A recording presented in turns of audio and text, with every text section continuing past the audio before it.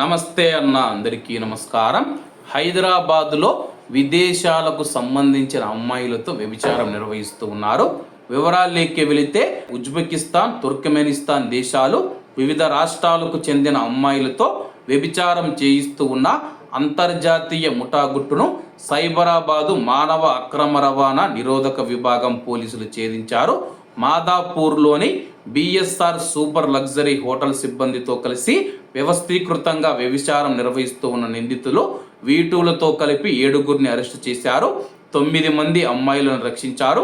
కొన్ని వెబ్సైట్ల ద్వారా ఈ దందా చేస్తూ ఉన్నట్లు దర్యాప్తులో తేలింది. సైబరాబాదు మహిళలు, చిన్నారుల భద్రతా విభాగం డీసీపీ కరణం సుజనా గారు ఒక ప్రకటనలో కేసు వివరాలు వెల్లడించారు.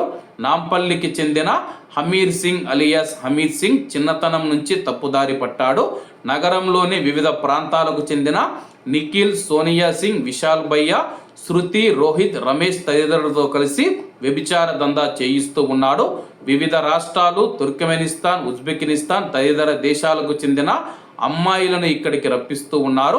ఈ వ్యాపారం సక్రమంగా సాగేందుకు మాదాపూర్, గాయత్రి నగర్లోని బిఎస్ఆర్ హోటల్లో సూపర్వైజర్లుగా పనిచేసే మహబూబ్ నగర్ జిల్లాకు చెందిన తుమ్మి శ్రీనివాస్, కడప జిల్లాకు చెందిన పోకల వెంకటేశ్వర్లతో ఒప్పందం చేసుకున్నారు. కస్టమర్ల కోసం ఇదే హోటల్లో రూములు బుక్ చేయిస్తూ ఉన్నారు.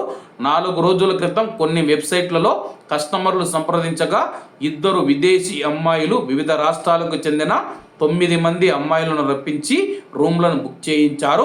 ఈ వ్యభిచారానికి సహకరించినందుకు శ్రీనివాసు, వెంకటేశ్వర్లకు కమిషన్ ఇస్తూ ఉన్నారు. సమాచారం అందుకున్న సైబరాబాదు ఏఎస్టీయు విభాగం ఇన్స్పెక్టర్ జేమ్స్ బాబు బృందం హోటల్లో తనిఖీలు చేసింది.